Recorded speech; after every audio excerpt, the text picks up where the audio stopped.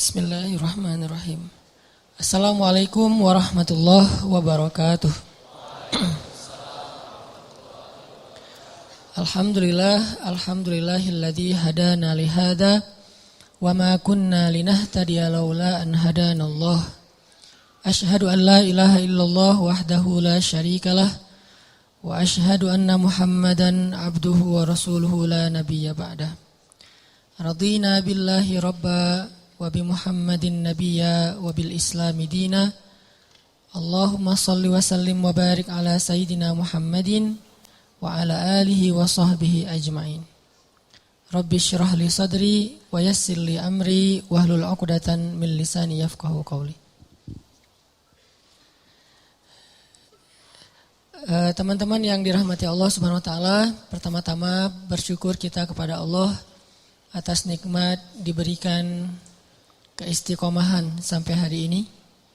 Karena Allah lah yang membolak-balikan hati setiap hambanya. Bisa jadi hari ini kita kayak hati kita tuh kan kayak berada di antara jemari Allah ya.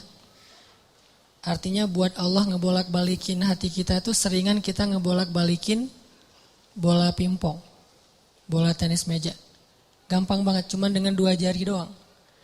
Beda banget kan kita ngebolakin hati si dia tuh udah berdarah-darah gak balik-balik ya.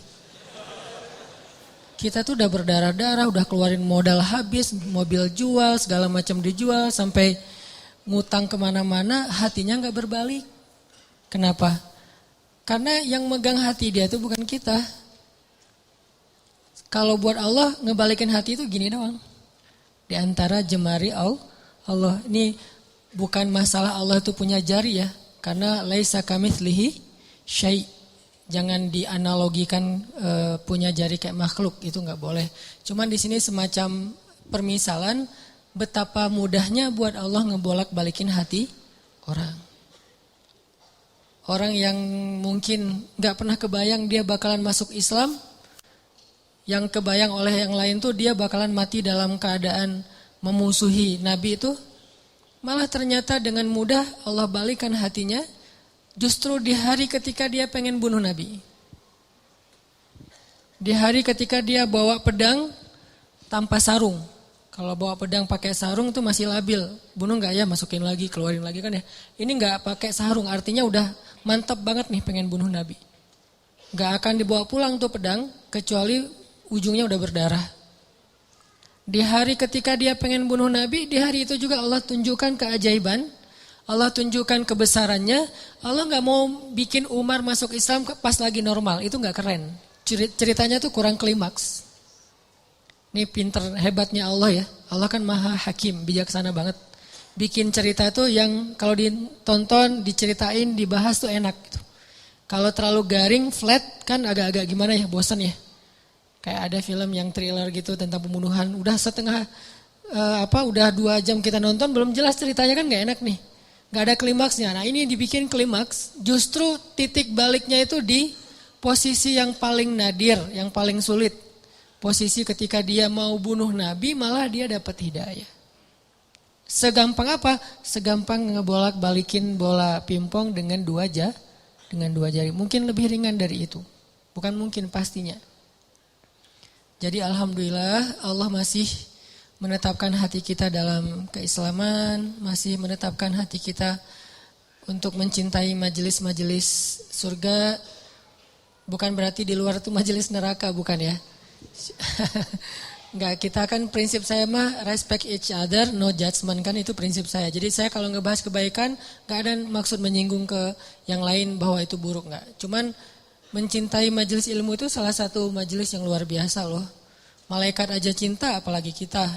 Artinya malaikat itu gak punya modus apa-apa kan mencintai majelis ini. Gak gara-gara malaikat datang ke sini terus malaikat dicatat sama malaikat lain. Lu datang ya, gua catat nih. Enggak kan, malaikat gak saling mencatat lah. Malaikat kan mencatat manusia. Kalau malaikat saling mencatat kan ntar jadi ada transaksi gitu. Lu catat gua, ntar gua balas catat lu, saling mencatat gitu kan. Berapa? 10. Udah tambahin deh nolnya. Kan 0 doang jadi 100 misalnya. Gak ada malaikat saling mencatat amal malaikat. Malaikat itu mencatat kita. Jadi gak ada modusnya malaikat datang ke majelis ilmu itu kecuali karena memang majelis ini emang baik. Malaikat itu nge-like bukan karena pengen di follow back sama kita, nggak butuh malaikat follow back dari kita. Kita yang butuh follow back dari malaikat. Apa untungnya malaikat di follow back sama kita? Nggak nguntungin kan, biasa aja karena followersnya udah banyak. Jadi nambah 1-2 dari manusia itu kayak nggak ngaruh gitu. Kalau kita penting banget di follow back sama malaikat. Kenapa? Karena malaikat kalau nge-follow back itu pasti komennya itu kebaikan. Allahumma firlahu warham. Itu komennya malaikat. Ya Allah, ampuni dia, rahmati dia, ampuni dia, rahmati dia. Jadi nguntungin kita. Malaikat yang nggak punya kepentingan apa-apa, nggak modus ngapa-ngapain, nggak ada keinginan apapun, cinta dengan majelis ilmu, apalagi kita yang memang bermodus. Dan modus kita kalau karena Allah insya Allah namanya ikhlas. Modus kita pengen diingat wajah dan nama kita sama malaikat-malaikat. Nanti mereka akan bersaksi di akhirat. Dia tuh ahli ilmu. Kedua, modus kita pengen dapat doa dari malaikat yang menaungi majelis ilmu. Ketiga, kita pengen dibangga-banggain sama Allah. Allah tuh ngebanggain kita di mana? Di Arasy sampai mention Jibril, @Jibril apa? Tuh gua cinta sama siapa misalnya di antara kita. Nama kita disebutin loh, di-mention, di-tag beneran itu. Kecuali nama kita mungkin nama yang agak-agak susah dibaca ya, terlalu banyak bahasa-bahasa asingnya. Kalau namanya standar-standar aja, Asep misalnya ya, apa gitu. Itu insya Allah malaikat gampang nge-like-nya gitu. Makanya namanya jangan susah-susah. Sampai kakek aja nggak tahu pas tanya, ini cucunya siapa namanya? Nanya ke anaknya, nama anak kamu siapa gitu. Saking susahnya nama anak sekarang. Jadi Allah tuh ngebanggain kita tuh pakai nama kita. Nama yang ada di KTP, nama yang ada di SIM. Kecuali nama-nama terlarang ya. Tapi kalau namanya masih wajar, KTP, SIM itu sama dipakai di langit. Allah nge-mention kita, terus dikasih tahu kepada Jibril. Jibril ngasih tahu ke malaikat. Malaikat ngasih tahu ke seluruh makhluk, ngedoain kita. Kan bermodus tuh. Jadi kalau malaikat aja nggak ada modus cinta dengan majelis ini, kayaknya kita punya alasan yang lebih kuat untuk tetap cinta. Dan ini salah satunya bimbingan hati dari Allah. Alhamdulillah. Kita syukurin terus biar Allah tambahin lagi, istiqomahin lagi. Setiap minggu, setiap bulan, setiap tahun sampai akhir hayat kita. Teman-teman yang dirahmati Allah, malam ini kita bahas tentang life goals. Kalau dalam bahasa ulama itu disebut dengan himmah. Salah satunya disebut dengan himmah. Apa kepengennya kita? Apa yang bikin kita happy? Apa yang bikin kita ngerasa hidup itu meaningful, bermakna? Ini namanya himmah. Mungkin kalau bahasa sederhananya life goals. Sebelum kita ngobrolin tentang masalah himmah, life goals ini, coba kita baca satu paragraf kecil di dalam surat Ali Imran ayat 35. Biar gaung tilawah kita itu makin menggetarkan arasy Allah dengan kebaikan. Surat Ali Imran ayat 35. Kita baca sampai ayat 37. Surat Ali Imran ayat 35 sampai 37. A'udzu billahi minasy syaithanir rajim. Silakan.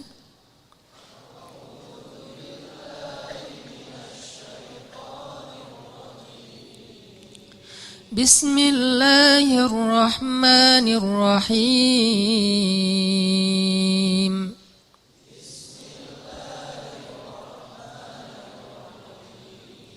إذ قالت امرأة عمران رب إني نذرت لك ما في بطني محررا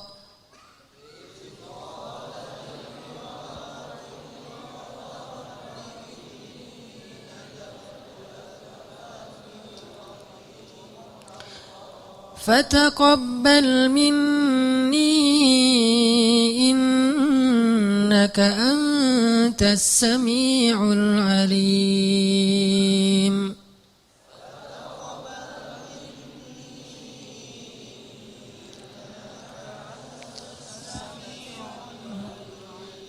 فلما وضعتها قالت رب إني وضعتها أنثى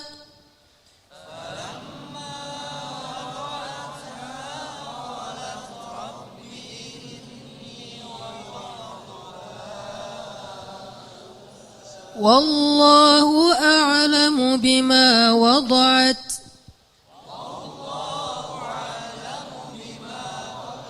وليس الذكر كالأنثى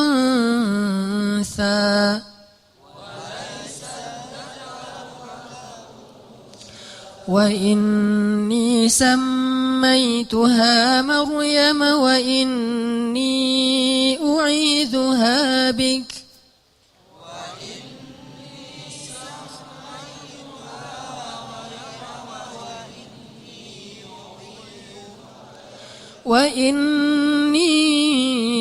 أعيذها بك وذريتها من الشيطان الرجيم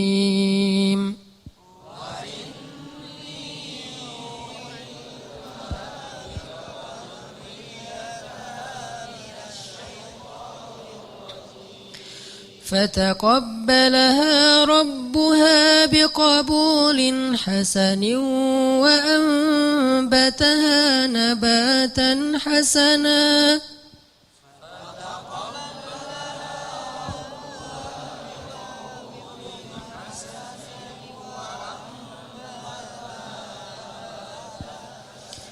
وكفلها زكريا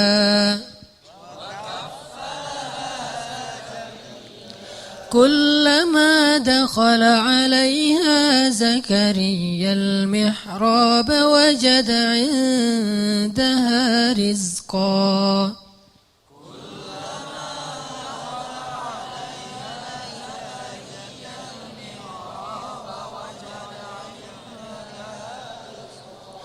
قال يا مريم أنى لك هذا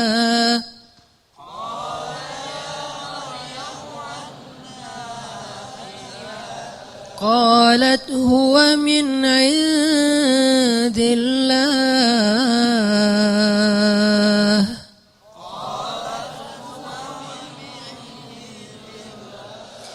إن الله يرزق من يشاء بغير حساب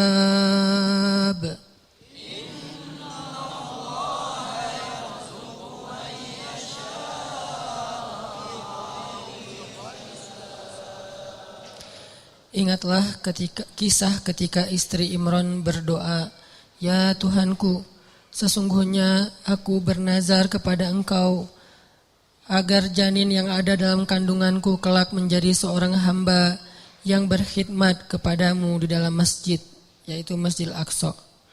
Maka terimalah nazarku itu. Sesungguhnya Engkaulah yang Maha mendengar lagi Maha mengetahui." Maka ketika ia melahirkannya, ia berkata, "Ya Tuhanku, aku telah melahirkan anak perempuan, sedangkan Allah lebih tahu apa yang dia lahirkan. Dan anak laki-laki tidaklah sama dengan anak perempuan dalam aturan-aturannya. Dan aku memberinya nama Maryam, dan aku memohon perlindunganmu untuknya dan anak cucunya dari gangguan syaitan yang terkutuk." Maka Allah menerima Maryam dengan penerimaan yang baik, membesarkan Maryam dengan pertumbuhan yang baik, dan menyerahkan pemeliharaan Maryam kepada Zakaria. Setiap kali Zakaria masuk menemuinya di dalam mihrab kamar khusus ibadah, Zakaria mendapati makanan di sisi Maryam. Lalu Zakaria bertanya, "Wahai Maryam, dari mana engkau memperoleh makanan-makanan ini?" Maryam menjawab, "Semua ini dari Allah. Sesungguhnya Allah memberi rezeki kepada siapa yang Dia kehendaki tanpa perhitungan." Shadaqallahul azim. Ini adalah sepenggal kisah teman-teman tentang himmah, life goals. Bahwa di sini dikisahkan himmah atau keinginannya Ibu Maryam, istri Imran. Dan by the way, Imran ini adalah salah satu simbol keluarga paling keren yang Allah rekomendasikan di dalam Al-Quran. Selain keluarga Nabi Muhammad itu ada 2 keluarga lagi. Keluarga Ibrahim dan keluarga Imran. Jadi kalau kita pengen niru, pengen jadi rumah kita itu seperti apa sih? Seperti rumah Nabi Muhammad, Baitun Nubuwah, atau rumahnya Ibrahim, atau rumahnya Imran. Salah satu dari 3 itu. Kalau bisa 3-3-nya lebih keren. Dan Allah rekomendasiin itu di dalam Al-Quran. Allah telah innallaha astafa Adam wa Nuhan wa ala Ibrahim wa ala Imran alal alamin. Allah menjadikan mereka lebih daripada semua yang ada di dunia. 2 keluarga ini, keluarga Ibrahim dan keluarga Imran. Bahkan sebagian ulama sampai berdebat, Imran ini nabi atau bukan? Sebagian mengatakan Imran ini orang solih, dan sebagian lagi mengatakan Imran ini termasuk salah satu di antara nabi, walaupun bukan rasul. Karena sebagian ulama mengatakan nabi itu ada 124.000, banyak, dan salah satunya ada Imran. Terlepas dari perdebatan status Imran, yang jelas dia adalah hamba terpilih. Dan Allah menikahkan Imran dengan seorang perempuan yang sangat solehah. Perempuan yang gak sembarangan perempuan. Yang dari bibit yang luar biasa ini nanti muncullah keturunan-keturunan yang luar biasa, hebat, menyejarah. Sampai Al-Quran aja nyebut mereka, nyebut namanya, nyebut kisahnya, nyebut keutamaannya. Itu keren banget. Dan tadi saya bilang by the way-nya apa? Istri Imran itu adalah adik kakak dengan istri Zakaria. Jadi Imran sama Zakaria apaan? Ipar ya. Karena istri Imran itu adik kakak sama istri Zakaria. Jadi Imran, Zakaria ini orang-orang soleh semua. Yang tinggal di Palestina atau tinggal di dekat Masjid Al-Aqsa. Lama Imran gak punya anak, lama Zakaria juga gak punya anak. Dua-duanya gak punya anak nih. Imran gak punya anak sampai usia tua, Zakaria juga gak punya anak sampai usia tua. Sampai kemudian istri Imran bernazar. Dulu nazar itu masih sesuatu yang wajar. Di zaman Nabi Muhammad sampai kita sekarang, nazar itu boleh tapi agak kurang disukai. Tapi boleh-boleh aja. Nah dulu istri Imran bernazar, ini nazar tuh, saya bernazar. Kalau saya hamil, saya pengen punya anak laki-laki. Kalau dia jadi anak laki-laki, akan saya jadikan dia sebagai marbot Masjid Al-Aqsa. Sebagai khadim atau marbot Masjidil Aqsa. Ini life goalsnya istri Imran. Pengen punya anak yang ngemakmurin rumah Allah. Pengen punya anak yang kerjanya ngapain? Jaga rumah Allah. Supaya Allah jaga dia nanti di akhirat. Dia kerjaannya tuh bersih-bersih masjid. Dan itu bukan kerjaan orang yang pengangguran loh ya. Walaupun istilah di kita itu marbot. Itu istilah yang mungkin jadi kemudian terkesan di masyarakat sesuatu yang nggak keren, biasa aja.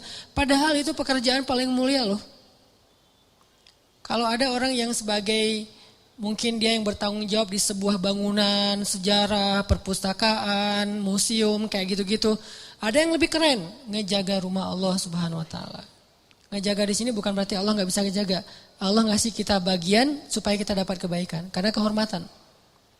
Kalau Allah menjagain sendiri terus nggak ada peluang kita untuk dapat kehormatan dari Allah. Justru karena Allah kasih kesempatan, ini bukan karena Allah kurang mampu, enggak.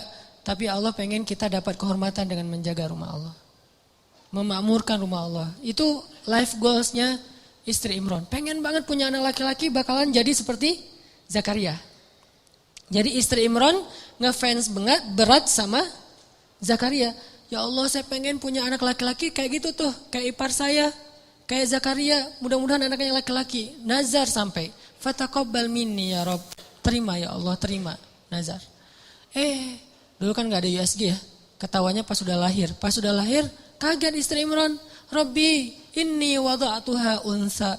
Ya Allah gimana nih anaknya perempuan? Sementara, walaysa dzakaru kal unsa.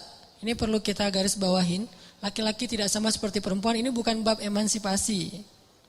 Bukan Islam anti kesetaraan gender, bukan.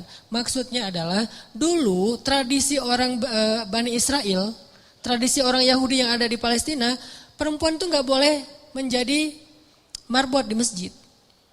Perempuan itu nggak boleh belajar di dalam masjid. Perempuan itu nggak boleh bahkan masuk ke masjid kecuali terbatas sekali gitu.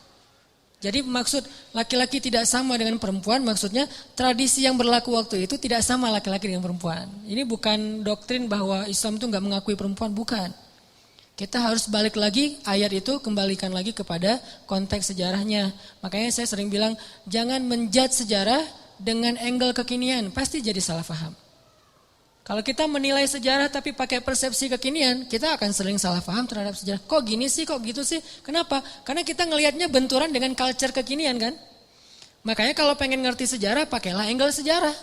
Jadi yang dilihat bukan cuma adegannya, sampai persepsi sejarah, emosional sejarah, lengkap gitu. Jadi sejarah itu sampai baper. Jangan cuman adegan tapi persepsinya kekinian, gak nyambung.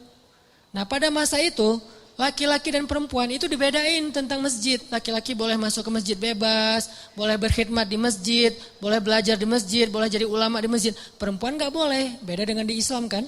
Kalau di Islam justru sebaliknya. Sama laki-laki dengan perempuan dalam masjid, cuman beda fikih. Kalau perempuan lagi haid nanti ada batasannya. Tapi kalau perannya di dalam masjid boleh banget. Buktinya apa? Aisyah itu ngajarin hadis di dalam masjid loh. Dan muridnya laki-laki. Muridnya Aisyah itu juga banyak laki-laki. Walaupun berdua ngajarnya tuh, Abu Hurairah sama Aisyah. Tapi banyak hadis-hadis yang Aisyah tahu, Abu Hurairah nggak tahu. Atau hadis-hadis yang Abu Hurairah tahu, Aisyah nggak tahu. Sehingga mereka kayak saling mention gitu, saling broadcast. Aisyah broadcastin dong hadis-hadis yang gua nggak tahu, di broadcast sama Aisyah. Nanti Aisyah juga minta dari Abu Hurairah, saling transfer hadis. Bukan untuk mentahzir ya. Mereka mentransfer hadis bukan untuk nyalah-nyalahin, salah lo, enggak. Mentransfer hadis itu untuk saling sharing kebaikan. Motivasi sifatnya. Oh ada hadis gitu ya, iya gitu. Jadi dalam Islam, Abu Hurairah, Aisyah ngajar di masjid, nanti ada tokoh-tokoh perempuan yang luar biasa banyaknya. Termasuk yang paling legend itu kan Khadijah ya. Yang paling berpengaruh dalam dakwah Nabi kan Khadijah. Dan Khadijah itu enggak tinggal diam di rumah nungguin. Nabi Muhammad mana ya, udah jam segini belum pulang, di telepon enggak diangkat aja, kayaknya habis baterai deh. Gitu-gitu enggak. Khadijah tuh nggak pasif di rumah loh ya, nggak bantu dakwah Nabi, dia aktif. Cuman tetap ada kayak etikanya, ada moralnya.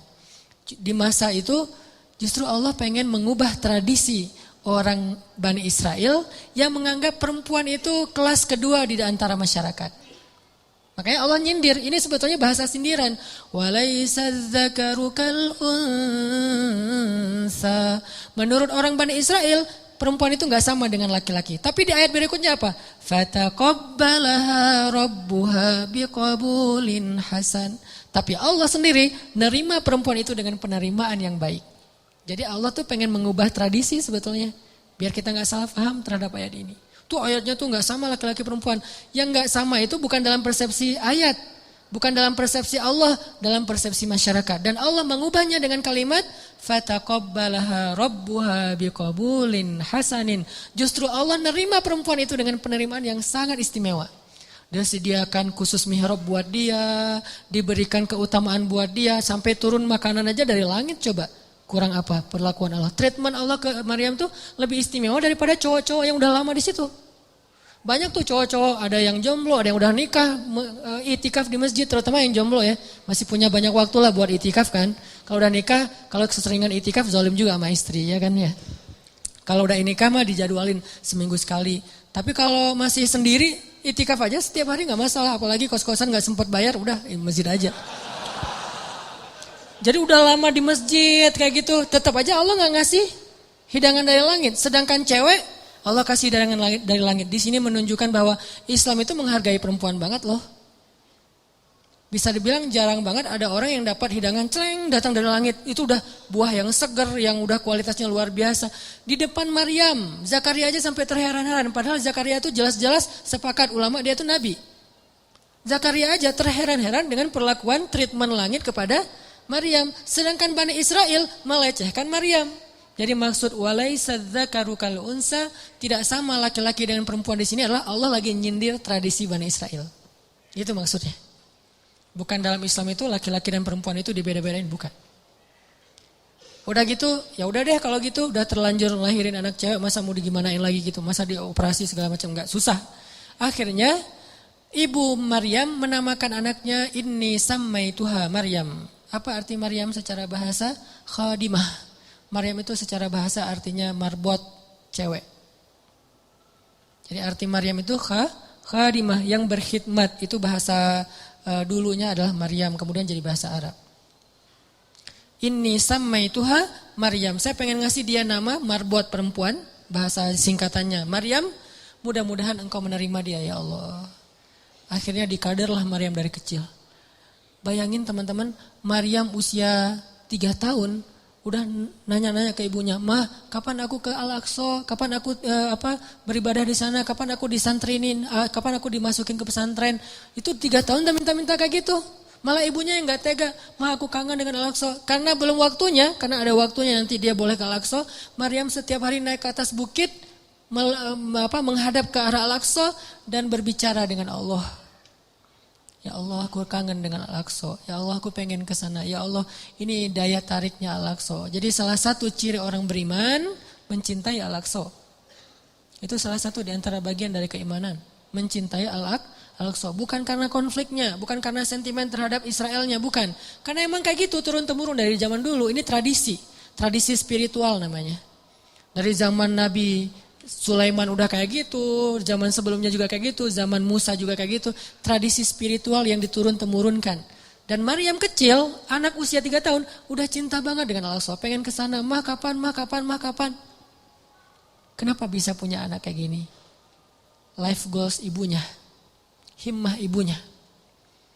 Jadi kalau salah satu rahasia dari life goals itu kalau benar-benar kuat jadi himmah, nanti kita belajar apa bedanya himmah dengan sekedar basa-basi.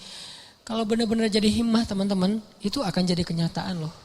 Gimana kita jadiin life goal kita jadi kenyataan, life goal kita jadi keajaiban. Walaupun rintangan ada aja kayak istri Imran, kok lahirnya anak perempuan. Justru Allah pengen ngasih banyak hikmah, banyak luar biasa pelajarannya lewat skenario kayak gitu. Nah, ini pembahasan yang luar biasa penting buat kita. Dan ini termasuk bagian dari yang paling sering kita alamin dalam kehidupan sehari-hari. Kita pengen ini, kita pengen itu. Gimana kepengennya kita itu direstui sama Allah, terus jadi kenyataan. Salah satu keinginan besar Ibunda Maryam adalah punya anak yang kelak jadi seperti Zakaria. Berkhidmat untuk Masjidil Aqsa. Lalu beliau bernazar, kemudian hamil. Yang tadinya gak hamil-hamil, tapi gara-gara punya nazar gini, Allah beri dia rezeki hamil. Cuman sedikit berbeda dengan harapan beliau. Bahwa yang diharapkan lahir anak laki-laki. Soalnya bukan gak mau anak perempuan, bukan. Karena tradisinya gak boleh anak perempuan berkhidmat di Masjid Al-Aqsa. Jadi masih pakai mindset tradisi Bani Israel. Tapi Allah pengen mematahkan mindset itu, pengen mengganti tradisi itu. Dengan cara sengaja Allah setting lahirnya anak perempuan. Dan anak perempuannya juga bukan anak perempuan biasa. Menurut saya itu perempuan nomor 1 di dunia yang paling istimewa. Ada 4, Asia, Maryam, Khadijah, Fatimah. Nah 4-4-nya nih sempurna, tapi kalau buat saya tuh cerita-cerita Maryam itu luar biasa. Walaupun kita tidak mengecilkan sama sekali Khadijah dan Fatimah, dan itu luar biasa juga. Cuman kalau Maryam sampai nama surat Al-Quran jadi nama dia gitu kan ya. Kisahnya ada di surat Ali Imran, bapaknya juga jadi nama surat, saking istimewanya. Ini Allah setting kayak gitu. Lahir anak perempuan, Maryam dari kecil udah solehah. Solehahnya tuh kayak gift, bakat. Bukan solehah hasil didikan tapi emang bakat. Kan ada orang yang bakat soleh, ada yang dididik jadi orang soleh. Kalau yang bakat soleh tuh keluarganya gak ada yang soleh. Justru keluarganya soleh gara-gara dia lahir. Jadi setelah dia lahir berubahlah keluarganya, ada yang kayak gitu kan, gift dari Allah ya. Mungkin doa-doa dari kakek buyut entah kesekian. Nah pas Maryam cukup umur, usia masih anak-anak juga tapi udah cukup umur, bukan lagi dalam asuhan, maka Maryam dibawa ke Masjidil Aqsa. Awalnya ditentang sama rabi-rabi Yahudi yang ada di sana itu ditentang karena ini menyelisihi tradisi mereka. Gimana wahai Zakaria kamu masukin anak perempuan? Ini aib buat kita, ini nggak boleh dan seterusnya. Akhirnya Zakaria meyakinkan mereka, membujuk mereka sampai Zakaria bikin SOP. Udah tenang aja, dia nggak akan ganggu kalian. Dia akan kita berikan mihrab sendiri. Dia nanti ada jadwal sendiri. Dia tidak akan ikut dengar taklim. Jadi ada taklim di masjid, cewek nggak boleh ikut. Kalau kita kan menyediakan cewek justru di atas kita ya, masya Allah ya. Saking mulianya cewek itu di atas, kita di bawah. Cuman nggak boleh lihat ke belakang ya. Doain aja yang di belakang, mudah-mudahan tahu akun kita.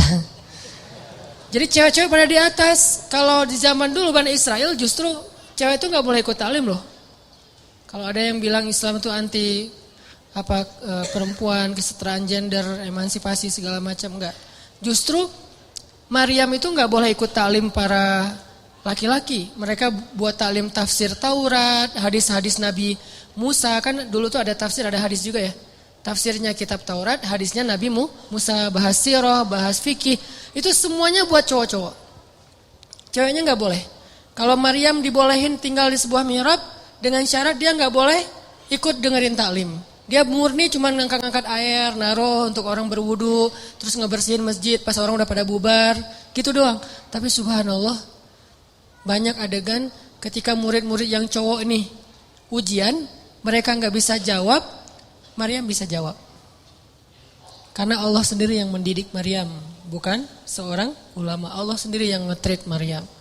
Jadi ilmu Maryam itu terkenal di antara mereka, sehingga diam-diam cowok-cowoknya malah banyak belajar kepada Maryam. Ini cara Allah mengganti tradisinya. Fataqabbalaha rabbuha biqabulin hasanin wa ambataha nabatan hasanan wa kaffalaha Zakaria. Diberikan tanggung jawab itu kepada Zakaria. Sampai suatu saat, ini Zakaria belum punya anak juga nih. Pengen banget punya anak dan itu life goalsnya Zakaria, pengen punya anak. Tapi belum kuat.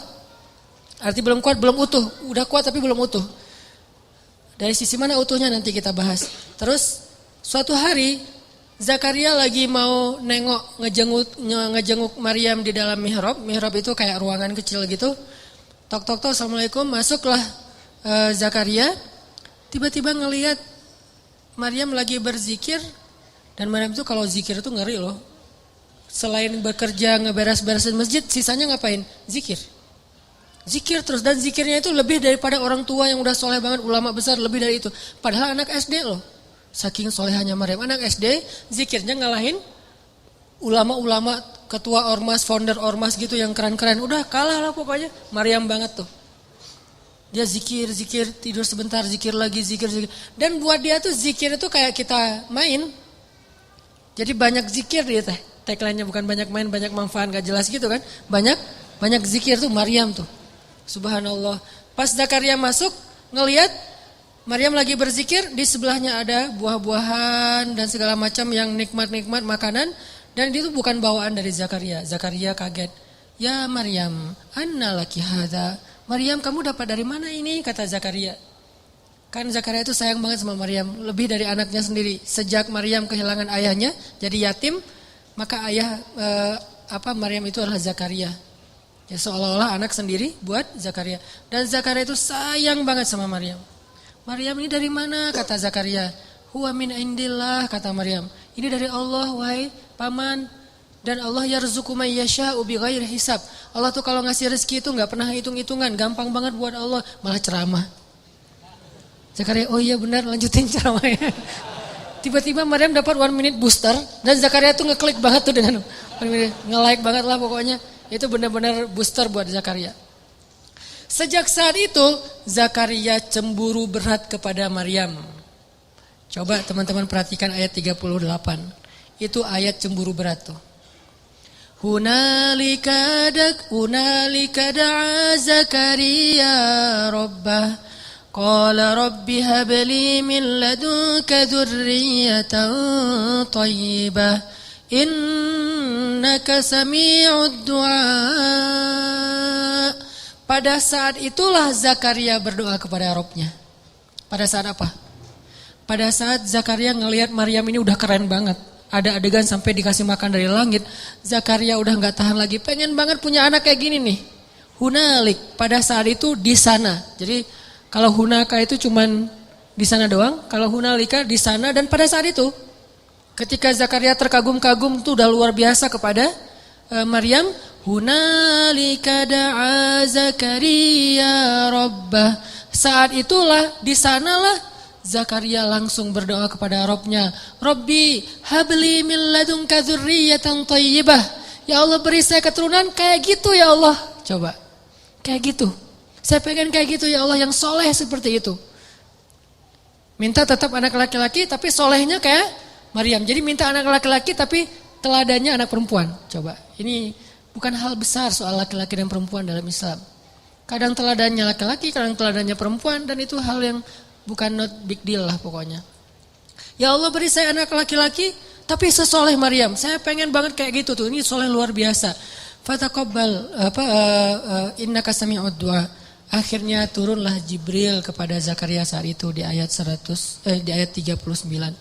Fanadathul malaikatu wa huwa qa'imun yusalli fil mihrab anna Allah yubashshiruka bi Yahya musaddiqan bi kalimatin min Allah wa sayyidan wa hasuran wa nabiyyan minas salihin. Salah satu di antara kelebihan Yahya yang disebutin di ayat 39 apa? Wahasuran. Hasur. Apa itu hasur? Hasur itu sifat cowok yang kalau di cewek itu namanya Azra. Kan julukan Maryam itu Maryam al-Azra. Apa arti Maryam al-Azra? Saint Mary. Itu bahasa Inggris yang diambil dari bahasa Arab. Saint itu artinya suci. Jadi Azra itu suci. Suci dalam arti apa? Gak pernah disentuh oleh siapa-siapa.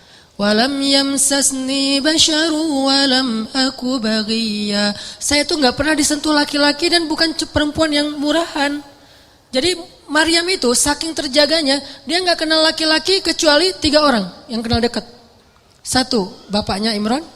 2, pamannya Zakaria. 3, anaknya Isa. Jadi kalau kita periksa di list kontak handphonenya Maryam, cowok itu cuma ada 3 loh. Sisanya semuanya cewek. Kalau kita kan 50-50. Bahaya banget. Atau lebih parah lagi, cewek tapi namanya cowok. Ini modus. Kalau Maryam, list kontaknya tuh cuma 3 doang yang cowok. Yang sisanya cewek semua, saking terpeliharanya Maryam. Nah, kalau perempuan namanya Azra, kalau laki-laki namanya Hasur. Arti Hasur itu laki-laki yang sangat terpelihara, terjaga banget. Nggak pernah bisa digodain. Kalau Yusuf hampir kegoda, kalau Yahya nggak bakalan sama sekali. Benar-benar terjaga. Sampai ada cewek yang jatuh cinta sama Yahya gitu kan. Setiap hari nge-like postingan Yahya, first like, komen kayak gitu. Yahya biasa-biasa aja, nggak di follow back sama Yahya. Lama-lama dia putus asa, vulgar gitu, nge-DM, follow back dong Yahya, nggak di follow back. Akhirnya dia teriak-teriak, ya, minta tanda tangan, apa segala macam. Minta apa, kupluknya Yahya, minta topinya Yahya. Wah, Yahya mah nggak diwaro sama Yahya, biasa-biasa aja. Lama-lama nih cewek patah hati. Karena dia patah hati, akhirnya dia nekat. Nekatnya apa? Dia minta hadiah ulang tahun ke bapaknya, kepala Yahya. Ini bahayanya cewek di zaman dulu ya. Untung kita nggak hidup zaman itu. Kepedean. Siapa juga yang mau gitu. Itu ulang tahunnya si cewek, hadiahnya kepala Yahya dan diaminkan, dikabulin sama bapaknya penguasa gitu. Yahya lagi sujud, digorok kepala Nabi Yahya sama Bani Israel, diambil dan dihadiahkan ke raja. Nabi Yahya itu termasuk syuhada, salah satu nabi yang syahid. Sama kayak bapaknya juga syahid. Intinya mah Allah kasih persis kepada Zakaria, anak kayak Maryam, cuman beda dia laki-laki, yang itu perempuan. Tapi sama, yang satu Azra, yang satu lagi Hasur. Wahasuran itu asal usul dari istilah Hasur, kalau kita baca tafsir. Ini artinya teman-teman apa? Life goalsnya istri Imran Allah wujudkan dengan cara keajaiban. Dari Maryam lahirlah Isa. Jadi akhirnya istri Imran bukan cuma punya anak satu, jadi punya 2 keturunan yang istimewa. 1 anaknya, kedua cucunya, dan dua-duanya keren banget. Isa. Dan Isa ini satu-satunya nabi yang ketika lahir tidak disentuh oleh, satu-satunya bayi yang ketika lahir tidak disentuh oleh jin. Yang lain disentuh, toel dikit Tapi kalau Isa nggak berani toel. Dan 1 dari 3 bayi yang bisa ngomong waktu kecil. Dan ngomongnya itu bukan mama, bukan ceramah. Bayi umur masih dalam gendongan ibunya nih, masih berapa bulan gitu. Nggak sampai berapa bulan lah, baru lahir banget. Itu bisa ceramah. Yang tadi saya baca pas rakaat kedua. Rakaat kedua. Qala, berkatalah bayi Isa.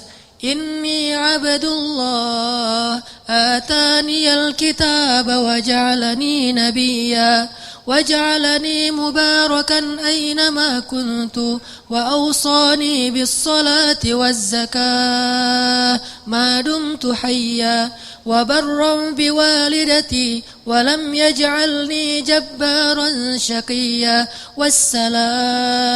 wassalamu alayya yawma wulidtu wa yawma amut wa yawma ub'atsu hayya. Panjang gitu bayinya bisa ngomong. Masya Allah, luar biasa. Keturunan Imran.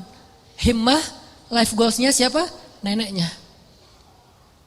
Sampai bisa ngomong sepanjang itu, orang-orang Bani Israel pada kaget. Karena waktu itu Bani Israel kan mencegat Maryam di depan gerbang kota, gak boleh masuk karena dianggap aib. Seorang perempuan punya anak tapi gak punya suami, di luar nikah gitu. Padahal bukan di luar nikah, tanpa nikah kan. Gak punya suami emang. Dan gak punya pasangan. Gak disentuh sama sekali oleh laki-laki, saking terpeliharanya Maryam. Mereka cegat, ya Maryam, laqad ji'ti syai'an fariya. Maryam, kamu bawa masalah, kamu bawa aib, kamu bawa kayak kesialan kepada kota kami. Gak boleh masuk. Ya ukhta Harun, wahai Maryam, wahai saudara Harun. Maka na abuki imra'asau. Kenapa kamu hina sekali sementara ayahmu orang mulia? Wa ma kanat ummuki baghiyya. Kenapa kamu perempuan enggak terjaga sementara ibumu sangat terjaga? Dicela Maryam habis-habisan. Kata Allah pada Maryam, kalau kamu dicela, diam aja. Enggak usah komen, enggak usah balas, enggak usah curhat-curhat di medsos, diam aja. Ini nasihat Allah kepada Maryam nih, jangan curhat di medsos. Fa imma tarayinna minal bashari ahadan faquli inni nadartu lirrahmani sawma falan ukallimal yawma insiya.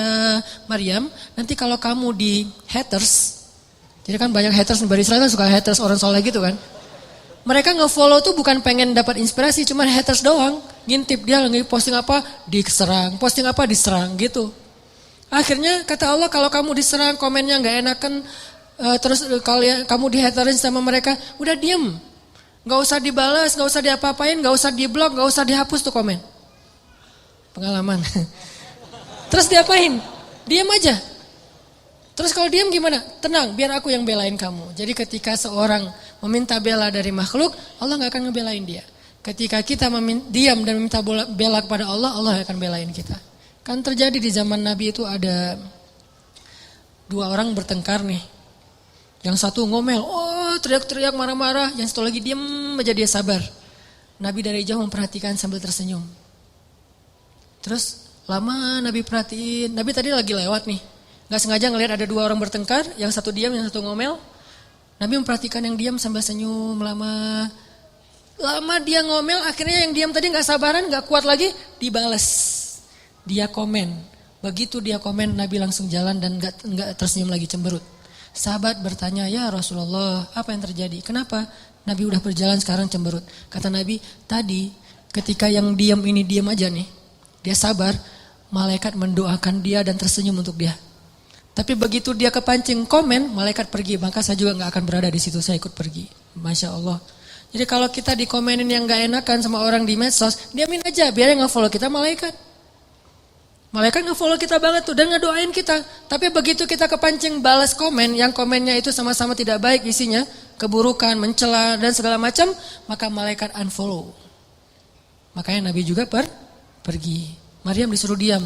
Lan ukallimal yaum insiya. Saya enggak akan ngobrol sehari ini. Diam aja, puasa ngomong. Walaupun itu syariat terdahulu bukan syariat kita. Terus orang-orang menghujat Maryam, habisin semuanya dihabisin ke Maryam. Akhirnya Maryam itu berat banget pundaknya, diam. Maka Allah memberi dia ilham, kasih isyarat ke bayimu.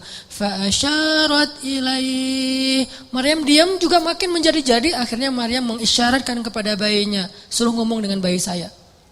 Tapi dengan bahasa isyarat. Fa asyarat ilaih.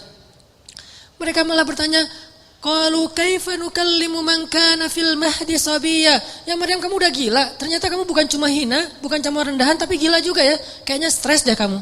Masa kita disuruh ngobrol sama bayi? Langsung bayinya ngebelain mamahnya.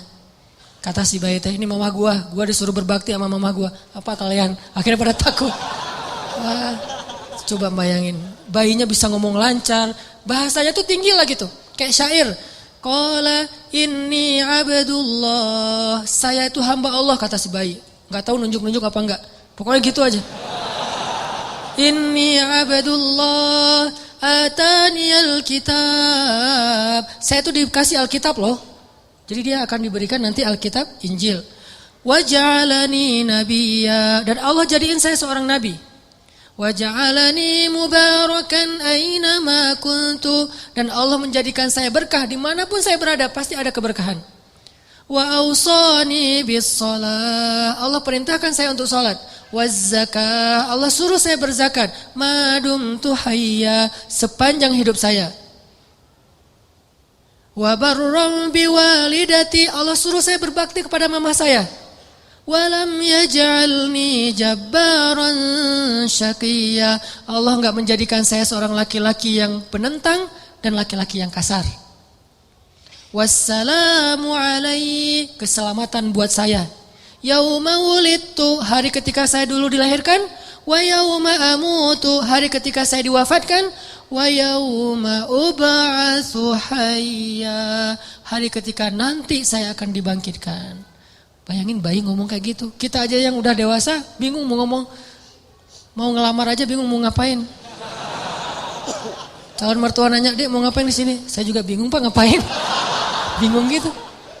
Saking labilnya. Ini bayi coba. Kenapa bisa gitu, teman-teman?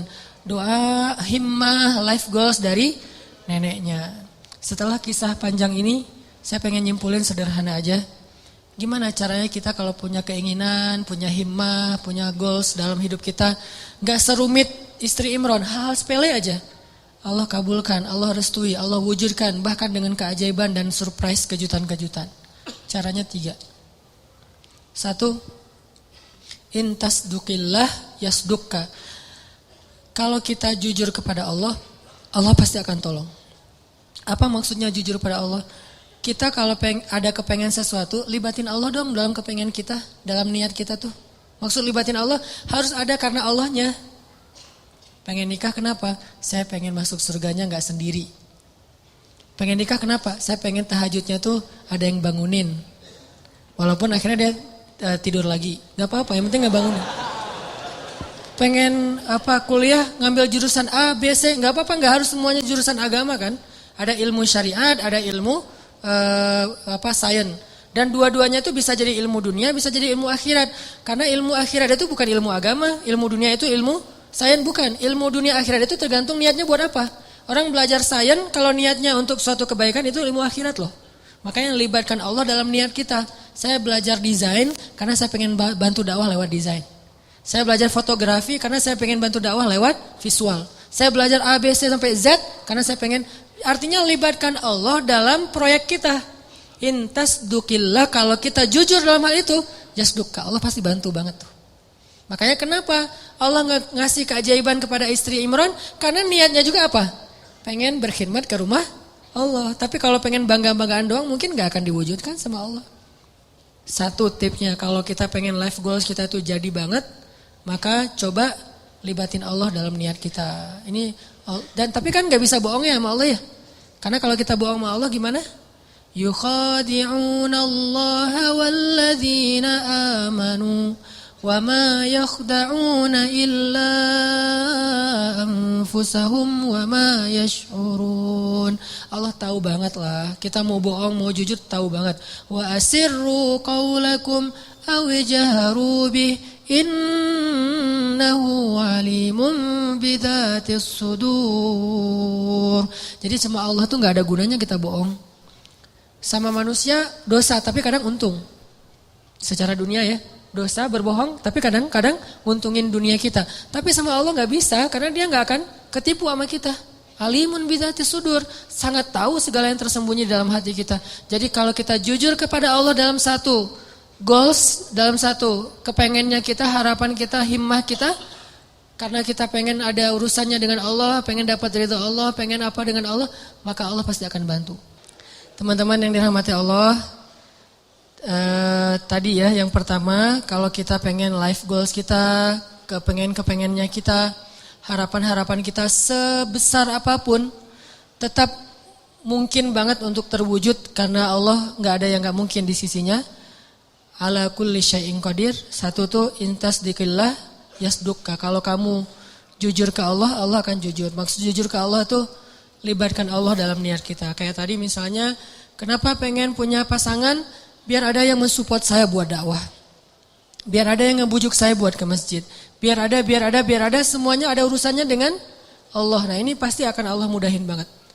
Dan itu akan jadi keajaiban. Jadi kayak nggak pernah kita nyangka tuh bisa terjadi. Kalau kita intasduqillah, kalau kita jujurnya ke Allah. Terus yang kedua, jangan sampai apa yang kita inginkan itu sekedar khawatir. Jadi niat itu teman-teman ada dua. Ada khawatir, ada azam. Apa beda khawatir dengan azam? Khawatir itu bahasa Arab yang terus diserap jadi bahasa Indonesia khawatir. Khawatir itu aslinya artinya adalah keinginan yang terlintas sebentar terus hilang lagi. Itu khawatir. Misalnya kita ngelihat ada di histori kita gitu. Ada anak hafal Quran 30 juz usia 7 tahun. Duh pengennya kayak gini. Dah. Lihat lagi nanti ada yang traveling kemana gitu Raja Ampat. Aduh pengennya jalan-jalan kayak gini. Lihat lagi nanti ada yang ternyata baru beli mobil baru. Aduh pengen mobil kayak gini. Lihat lagi ada yang baru selesai custom cafe racer. Aduh pengen punya motor kayak gini. Gonta-ganti terus tuh keinginannya. Ini namanya khawatir.